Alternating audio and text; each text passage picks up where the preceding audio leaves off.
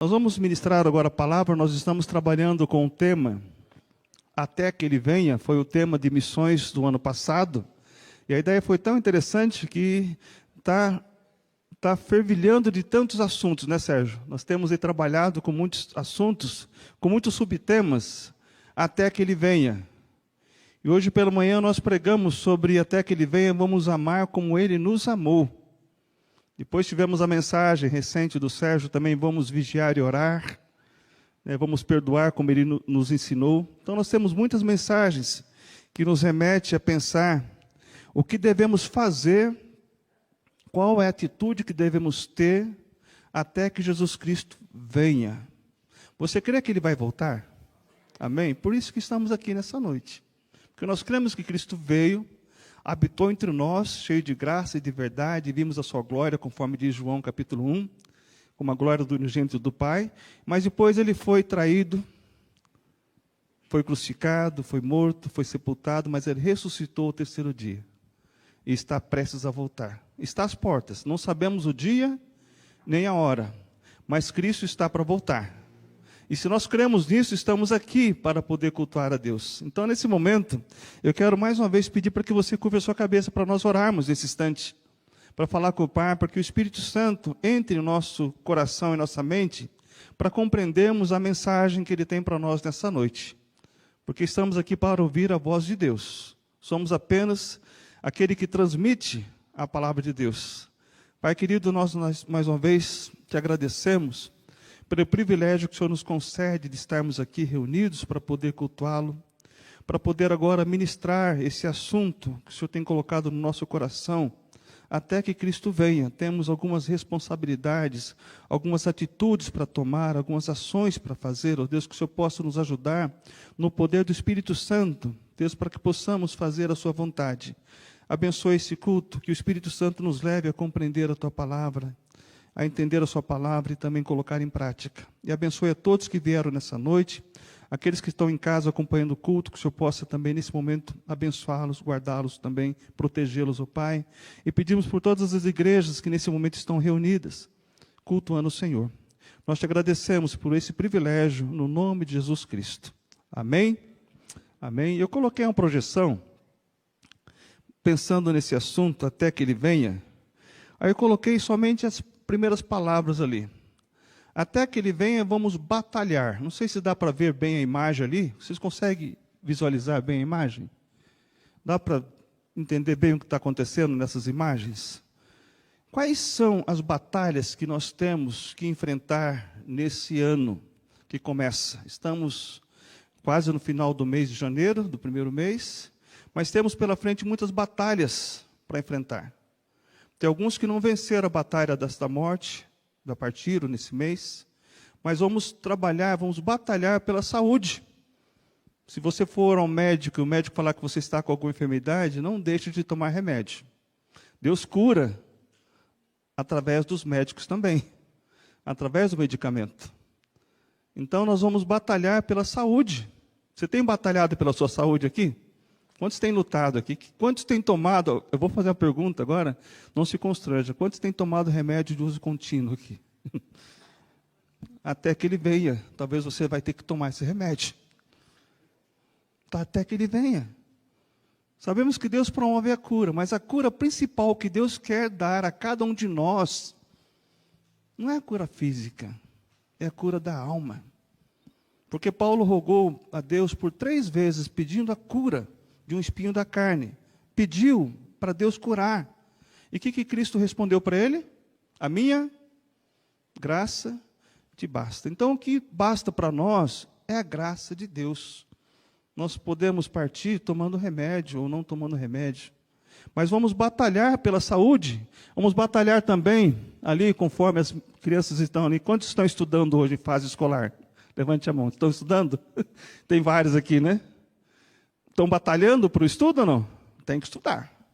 Tem que batalhar, porque se você não fizer o seu estudo, não passar no vestibular, não tiver um diploma, você não tem uma profissão, não tem uma carreira. E muitos aqui estão estudando. Tem muitas professoras aqui também, coordenadoras de colégio. Nós sabemos que é um desafio essa batalha do estudo, né? E tem que estudar fielmente, para que Deus possa te abençoar.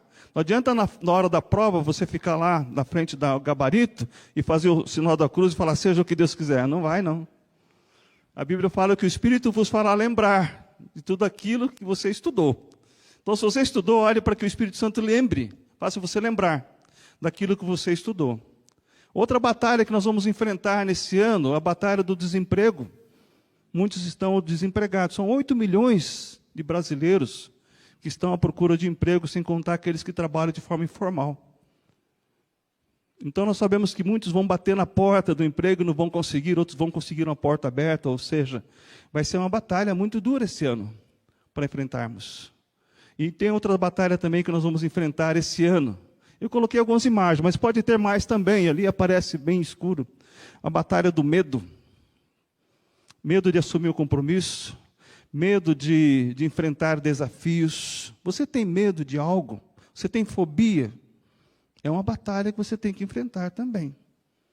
Outra batalha que nós vamos enfrentar esse ano, talvez, espero que não tenha ninguém aqui nessa questão, a batalha dos relacionamentos quebrados. Talvez você tenha que dar um passo em direção a alguém esse ano para buscar a reconciliação. É uma batalha.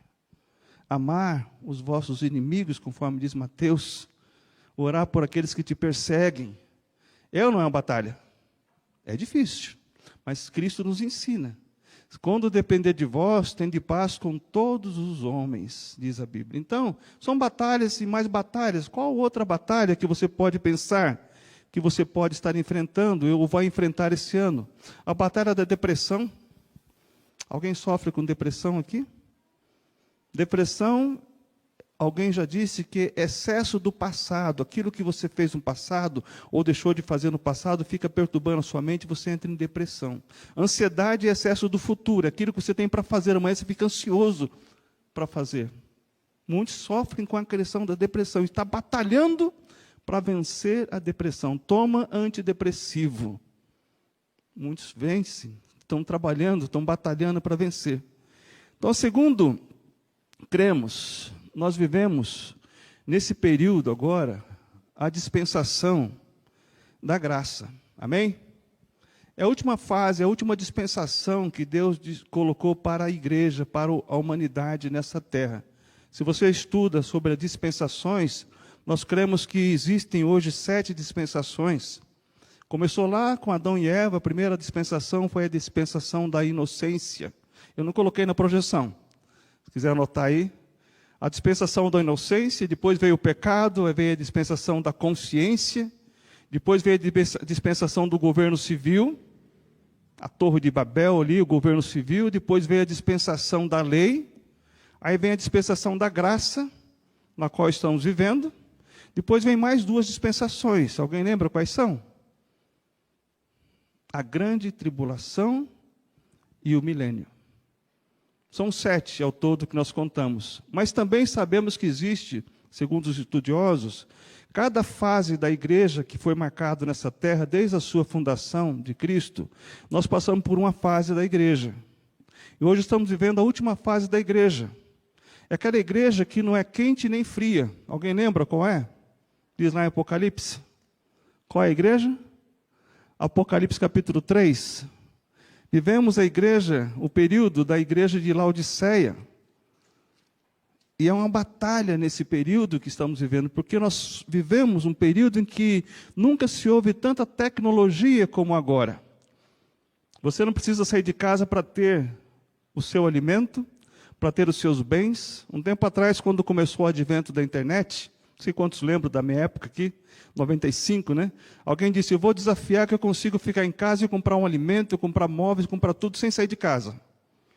Aí saiu no Fantástico essa matéria, e a pessoa conseguiu, e hoje você faz tudo em casa, não precisa sair de casa. E com esse advento nós temos tudo na mão. Nós temos o mundo em nossas mãos quando você entra no celular. Então nós entendemos que vivemos hoje uma fase em que muitos falam que é rico, mas é pobre na verdade. Olha só o que diz Apocalipse capítulo 3, a última fase da igreja, Apocalipse capítulo 3, a partir do versículo 14. Nós vivemos hoje, segundo os estudiosos, essa fase começou no ano de 1844, até a volta de Cristo, até que ele venha, estamos vivendo essa fase, da última fase da igreja. Diz lá, Apocalipse 3, versículo 14, que diz: ao anjo da igreja de Laodiceia escreve, essas coisas diz o Amém, a testemunha fiel e verdadeira, o princípio da criação de Deus. Conheço as tuas obras, que nem és frio, nem quente. Quem dera fosses frio ou quente.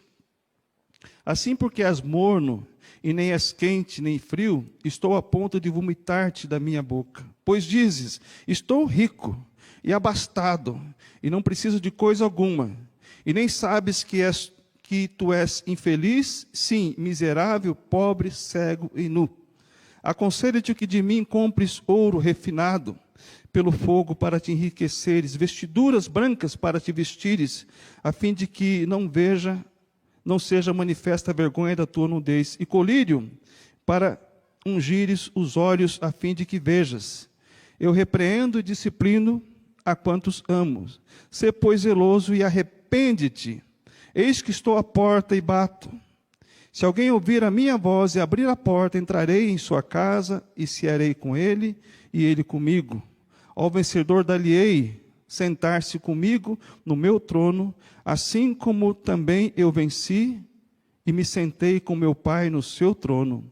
Quem tem ouvidos, ouça o que diz o Espírito às igrejas. Então, nós sabemos aqui que nesse período das igrejas, são 7 igrejas, e começa o texto falando da igreja de Éfeso, que deixou o primeiro amor, que foi a igreja marcada pelo ano 31 ao ano 100. Depois teve a igreja de Esmirna, em Apocalipse 2, 8 a 11, do ano 100 a 323. Depois veio a igreja de Pérgamo, depois a igreja de Tiatira, Sardes, Filadélfia, e agora, nessa última período da igreja, a igreja de Laodiceia. É a igreja que todos têm muito, mas continua pobre, continua cego, continua nu. Porque tem, mas não tem o principal, que é Jesus Cristo como Salvador pessoal. Nunca a palavra de Deus foi tão divulgada, tão propagada como agora. Se você tem o WhatsApp, Facebook, você entra, você vai ver mensagem, mais mensagem, todo dia, toda hora, 24 horas por dia. Você ouve mensagem, mas quem deu crédito à pregação? Então, nós estamos vivendo esse período, essa última dispensação da igreja, e a última fase da igreja, diante de tantas batalhas que enfrentamos, diante de tantas lutas que vamos enfrentar ainda neste ano, creia, se você está vivo, você enfrentará alguma batalha esse ano. Você não ficará isento, não. Ou vai ser a sua, ou vai ser alguém do seu ente querido. Você vai lutar por ele ou por ela. De qualquer forma, nós vamos batalhar esse ano. E quais serão as batalhas que nós enfrentaremos? Vamos olhar agora para a Bíblia, para um texto, em que a Bíblia fala que nós devemos enfrentar uma batalha. E essa batalha que a Bíblia recomenda que nós vamos enfrentar esse ano, nós não podemos baixar a nossa guarda. É a principal batalha que não podemos perder neste ano. Muitos vão perder batalha para a saúde, para relacionamento, para o emprego, para os testes, para as provas, vão reprovar no vestibular ou na carteira do motorista, seja qual for. Mas essa batalha a Bíblia recomenda para não perdermos, não vacilarmos. Olha comigo o que diz em Judas. Judas só tem um capítulo, lá no versículo 3.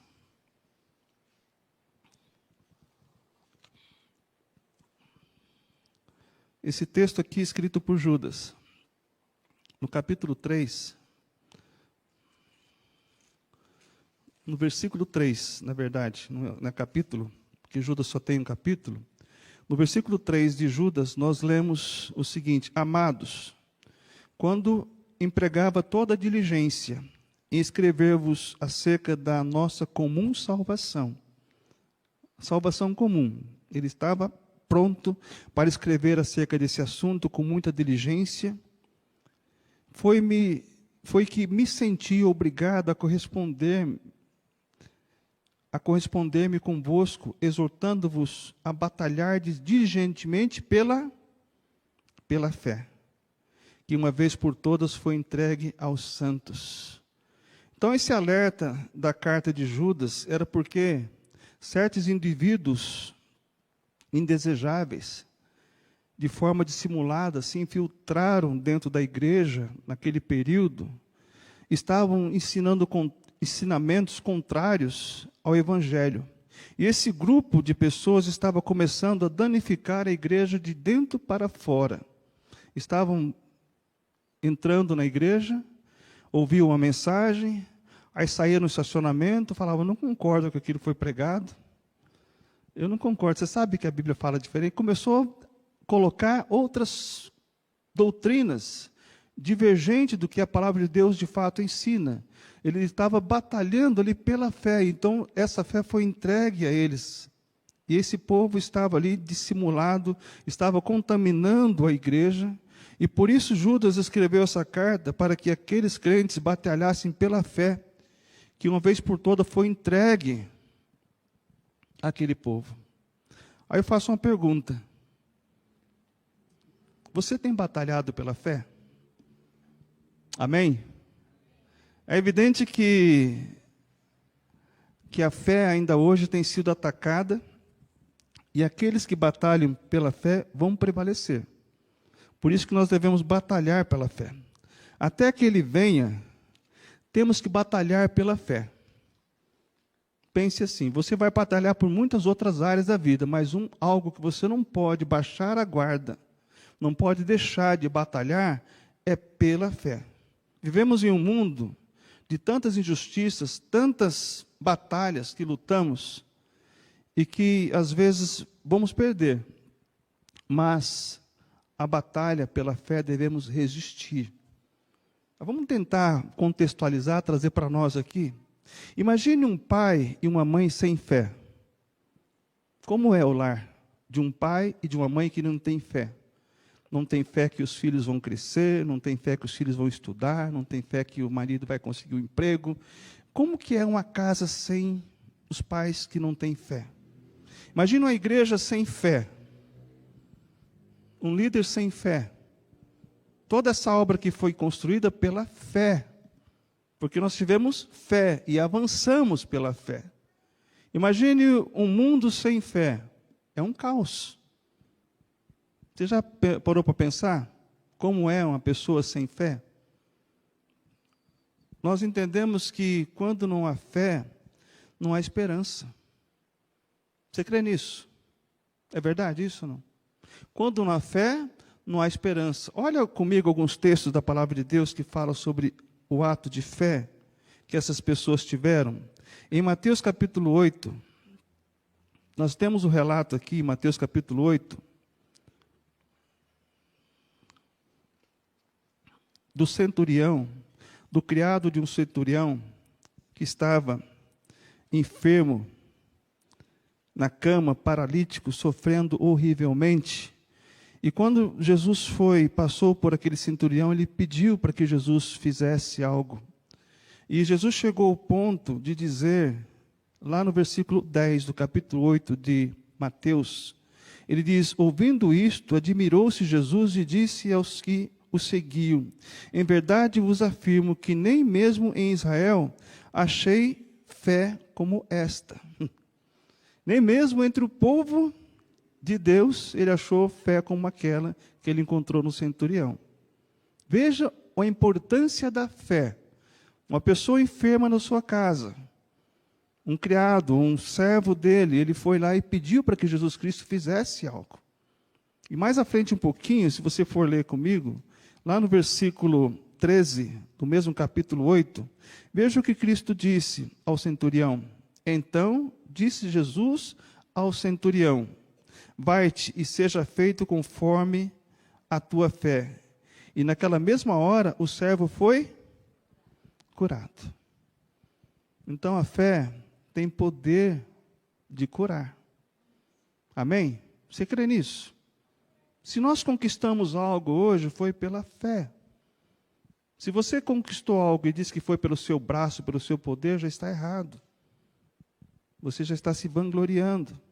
Mais à frente um pouquinho, no capítulo 9 de Mateus, Uma mulher que estava enferma há 12 anos, já tinha gasto tudo com os médicos.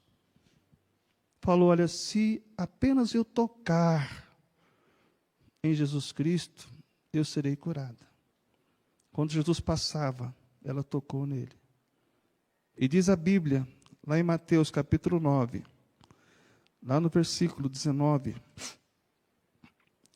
vamos ler a partir do versículo 19. E Jesus, levantando-se, o seguia também os seus discípulos, e eis que uma mulher que durante 12 anos vinha padecendo de uma hemorragia, veio por trás dele e lhe tocou na orla da veste, porque dizia consigo mesma, se eu apenas lhe tocar a veste, ficarei curada. E o versículo 22 diz, e Jesus, voltando-se e vendo-a, disse, tem bom ânimo, filha, a tua fé te salvou. E desde aquele instante a mulher ficou sã. Veja a importância da fé. Em tudo que fizermos, temos que ter fé. Não podemos deixar de exercitar a fé. Jesus está para voltar. Amém? Jesus está às portas para voltar. Nós temos ouvido muitos vídeos e áudios falando da volta de Cristo, do sinal que está acontecendo lá em Jerusalém, em Israel. Israel, na verdade, é o relógio do mundo. Tudo que acontece lá temos que ficar atento, porque é o sinal da volta de Cristo. Mas não sabemos o dia e nem a hora que ele vai voltar. Mas quando Cristo voltar, olha a pergunta que ele faz para os seus discípulos, lá em Lucas capítulo 18, versículo 8, na parte B. Quando o Filho do Homem voltar, ele faz uma pergunta para esses discípulos. É uma pergunta que talvez ele esteja fazendo para cada um de nós nessa noite. Lucas 18, 8.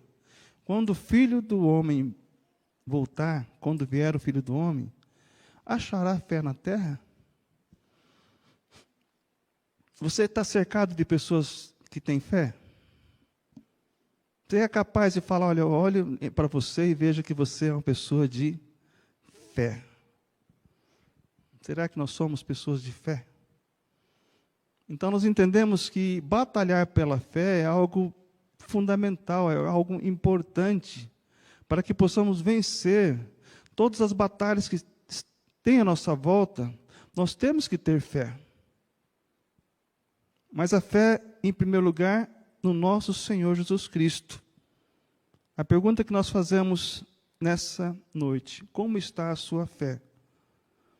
Se nós formos olhar para o mundo, as forças que lutam para tentar desanimar a nossa fé em Deus, a nossa fé no nosso casamento, nos nossos relacionamentos, a nossa fé naqueles que trabalham conosco, naqueles que estão na mesma luta, as forças que lutam são infinitas.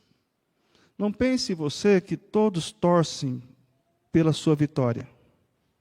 Existem pessoas torcendo pela sua derrota. Essa é a verdade que vivemos no mundo. Não dá para fechar os olhos para isso.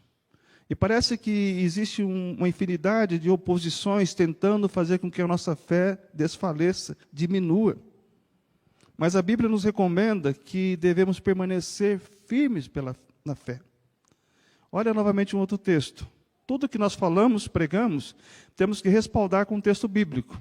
1 João, capítulo 5, versículo 4. 1 de João 5, 4. O que diz aí? Porque todo o que é nascido de Deus vence quem? O mundo.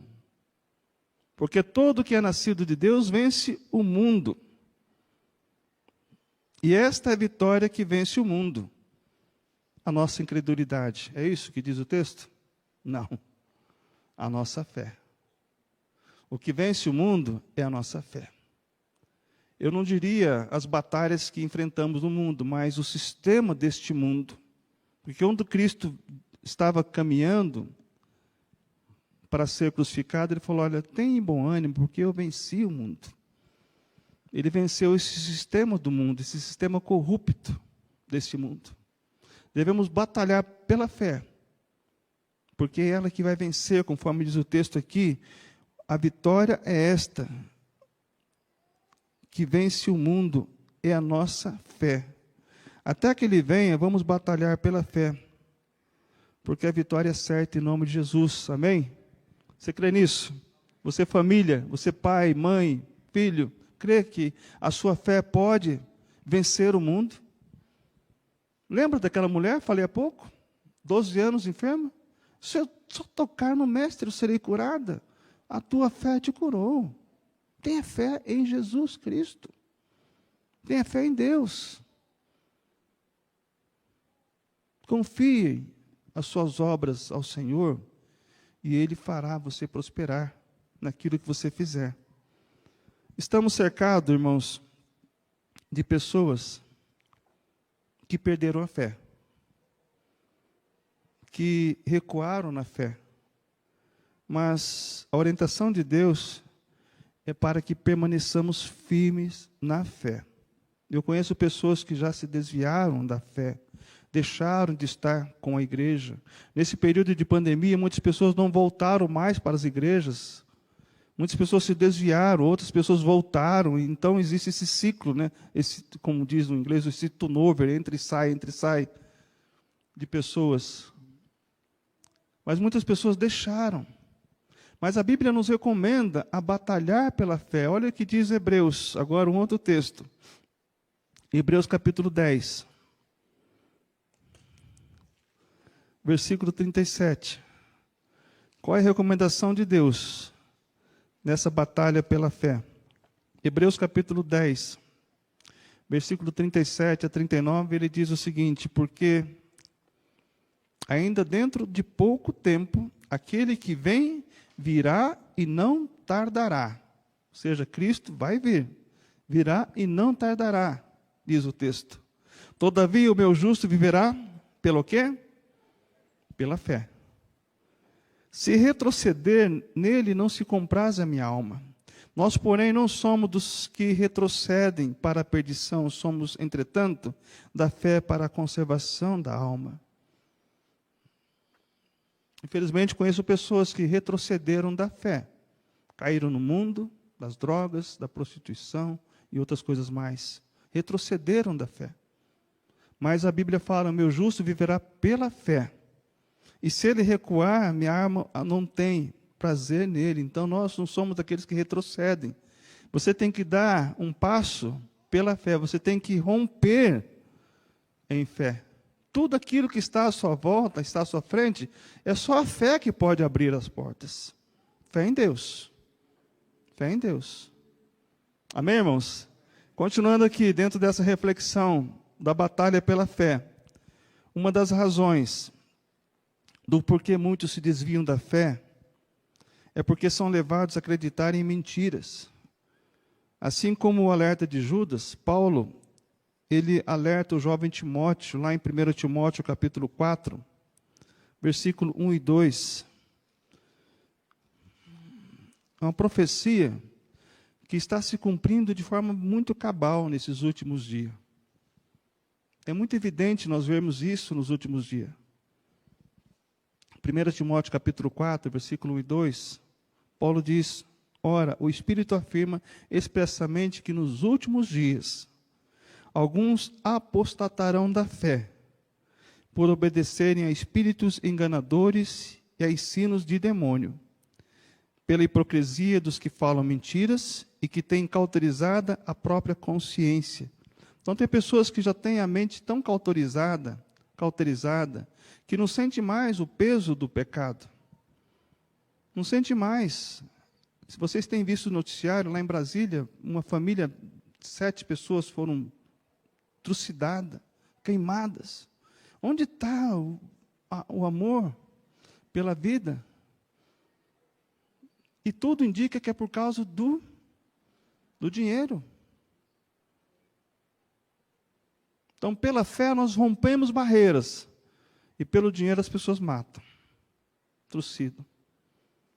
Então, aqui está falando, o povo estão se apostatando da fé, ou seja, deixando de ter a fé em Deus. Buscando ter fé em outras coisas, em outros lugares, acreditando em mentiras. É o que Judas estava lutando para combater, batalhando pela fé. Porque aquelas pessoas lá em Judas, olha comigo, voltando lá para Judas, quem eram essas pessoas que Judas estava falando? Uma das características que essas pessoas tinham, em Judas,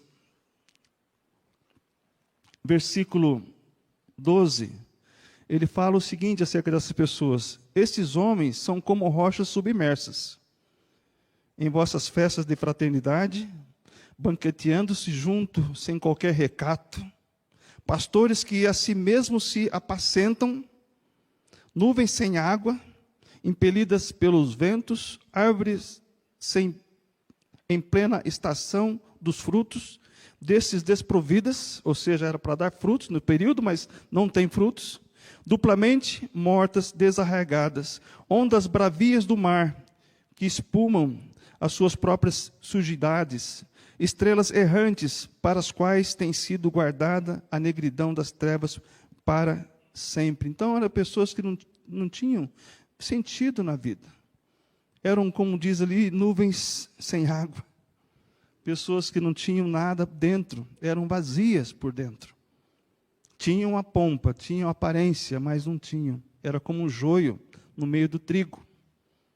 Mas quem vai fazer essa limpa vai ser Deus.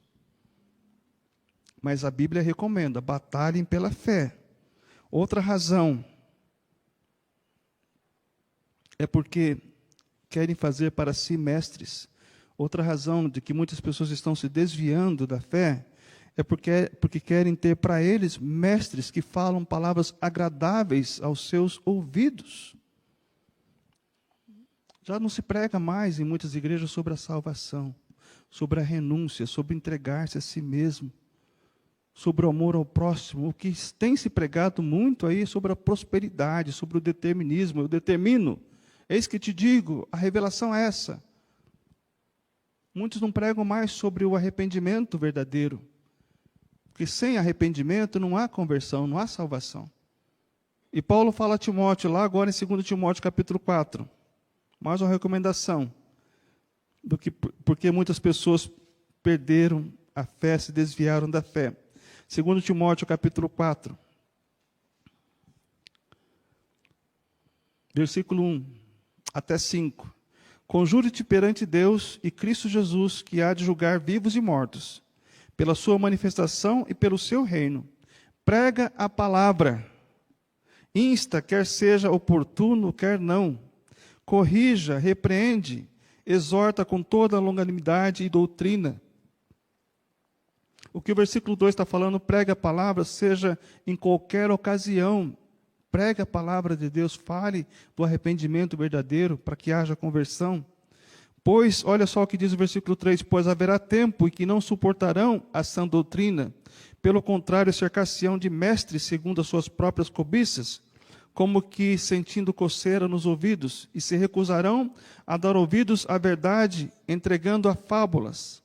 Tu, porém, sê sóbrio em todas as coisas, suporta as aflições, faz o trabalho de um evangelista, cumpre cabalmente o teu ministério. Então, aqui é bem completo esse texto. Quando nós olhamos aqui e vemos que tem muitas pessoas que não estão mais suportando a sã doutrina, é porque buscam coisas agradáveis para os seus ouvidos. Fale aquilo que eu gosto. Fale daquilo que... Não fale sobre pecado, não fale sobre adultério, não fale sobre... Não, temos que falar exatamente aquilo que está na palavra de Deus. Tem pastores estão sendo processados por falar sobre homossexualismo no púlpito. Podemos falar, porque é o que Deus fala. Deus não trata essa prática como uma doença, mas sim como um pecado. E temos que falar sobre isso e preparar os nossos jovens para esse momento. Nas escolas hoje é muito comum as meninas, os meninos estarem tendo relacionamento. Mas nós sabemos que esse tempo que vivemos é o dia dos últimos tempos. E as pessoas estão buscando mestres, pessoas que falam coisas agradáveis. Até que Jesus venha, vamos pregar a palavra sem medo. A palavra de Cristo, para fazermos discípulos para Cristo e não para nós mesmos. Que sejamos dessa forma. Mais uma razão, a última, antes da conclusão da mensagem, porque muitos perecem no campo de batalha na fé, é porque são levados a acreditarem que Jesus não voltará. Esses dias eu ouvi uma matéria no rádio, alguém falando, olha, mas eu lembro do meu bisavô que falava que Jesus ia voltar e eu estou aqui e não voltou ainda. Que Jesus é esse? Essa pessoa não lê a Bíblia. Não lê, não entende o que diz a Bíblia acerca do tempo de Deus. O tempo de Deus não é o nosso cronológico de relógio. É o tempo kairos, que é o tempo oportuno. Plenitude do tempo. Esse é o tempo que Deus determina. Não podemos determinar dia e hora e local em que Cristo vai voltar. Ele vai voltar. A Bíblia fala que nem os anjos do céu sabem, nem o próprio Filho sabe a hora em que Deus vai dar o sinal, mas ele vai voltar. Você crê nisso? Olha o que diz Pedro, 2 Pedro capítulo 3, acerca desse momento, desse assunto. Aqui também é uma advertência que ele dá aos crentes. 2 Pedro capítulo 3, versículo 1, diz assim: Amados, esta é agora a segunda epístola que vos escrevo. Em ambas procuro despertar lembranças à vossa mente esclarecida, para que vos recordeis das palavras que anteriormente foram ditas pelos santos profetas, bem como do mandamento do Senhor e Salvador ensinado pelos vossos apóstolos. Tendo em conta, antes de tudo, que nos últimos dias, estamos nos últimos dias, mais uma vez, virão escarnecedores com os seus escárnios, andando segundo as próprias paixões, e dizendo: onde está a promessa da sua vinda? Porque desde que os nossos pais dormiram, todas as coisas permanecem como desde o princípio da criação. Pois deliberadamente esquecem que de longo tempo houve céus, bem como a terra, o qual surgiu da água e através da água pela palavra de Deus, pela qual veio a perecer o mundo daquele tempo afogado em água. Ora, os céus que outrora existem e a terra pela mesma palavra têm sido entouzerados para o fogo, estando reservados para o dia do juízo e destruição dos homens ímpios. Olha o versículo 8 que diz: Ora, todavia uma coisa, amados, que não deveis esquecer, que para o Senhor um dia é como 1000 anos, e 1000 anos como um dia. Não retarda o Senhor a sua promessa, como alguns a julgam demorada. Pelo contrário, ele é longânimo para convosco, não querendo que nenhum pereça, senão que todos cheguem ao arrependimento. Quando Pedro fala que para Deus um dia é como 1000 anos, e 1000 anos como um dia, se nós formos pensar, alguns teólogos têm dito, nós estamos vivendo agora o terceiro dia. Estamos entrando por ano, passando 2000. Então, um dia, 1000 anos, 2 dias, 2000, estamos no terceiro dia. Cristo pode voltar no terceiro dia. Assim como ele ressuscitou no terceiro dia, ele pode voltar no terceiro dia. Não sabemos se vai ser no ano 2999. Pode ser antes. Como vai ser a humanidade até lá? Mas se nós morrermos em Cristo, já estamos salvos, amém, irmãos? Estaremos na glória.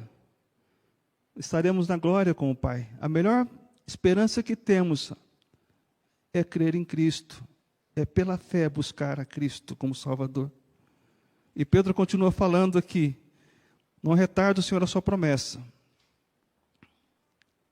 como alguns a julgam demorada. Está demorando. Pelo contrário, ele é longânimo para convosco, não querendo que nenhum pereça, senão que todos cheguem ao arrependimento. Virá, entretanto, como ladrão o dia do Senhor, no qual os céus passarão com estrepitoso estrondo, e os elementos se desfarão abrasados. Também a terra e as obras que nela existem serão atingidas. Visto que todas as coisas hão de ser assim desfeitas, deveis ser tais como os que vivem em santo procedimento e piedade, esperando, diz o versículo 12, e apressando a vinda do dia de Deus, por causa do qual os céus incendiados serão desfeitos, e elementos abrasados se derreterão. Nós, porém, segundo a promessa, diz o versículo 13, esperamos novos céus e nova terra, nos quais habita a justiça. Nesse texto encontramos uma grande mensagem. O texto está falando aqui, esperando e apressando o dia do Senhor. Devemos esperar e apressar. Como é que você pode apressar a volta de Cristo? Alguém pode falar aí? Apostatando da fé? Não. Muitos vão se apostatar da fé. Devemos falar, pregar a palavra, anunciar a palavra. Eu tenho falado aqui que a família principal para Deus, é difícil falar isso, mas é a verdade, é a família da fé. Porque é com ela que nós vamos subir para os céus. Crer no Senhor Jesus Cristo. Atos 16:31, e será salvo tu e a tua casa. Então é tão maravilhoso quando a gente vê toda a casa salva em Jesus Cristo.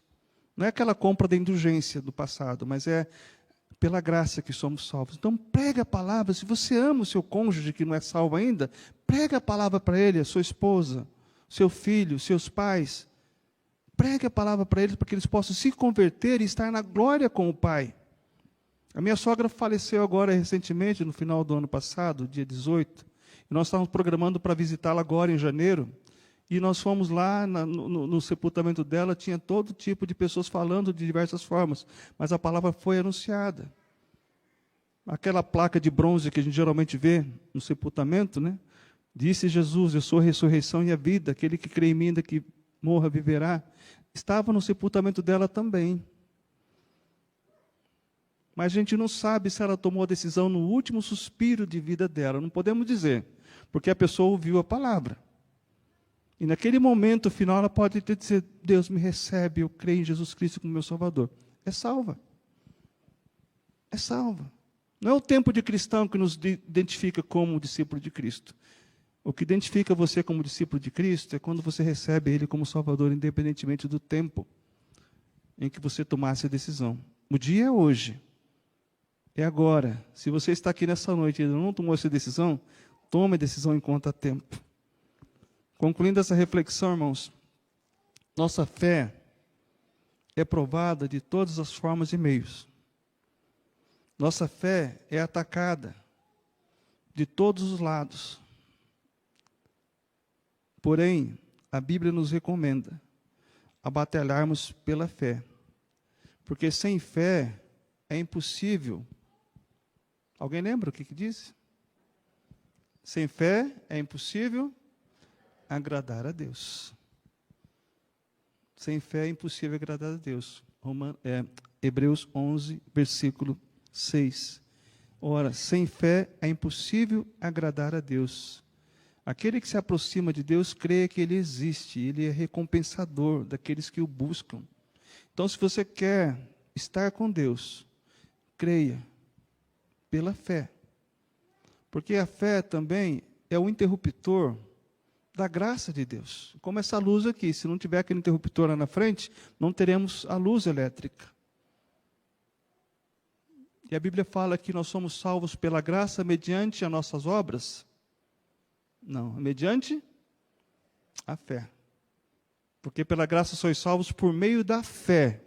Isso não vem de vós, é dom de Deus. Então, se nós queremos alcançar os céus, temos que ter fé. Porque é a única forma de estarmos lá diante de Deus.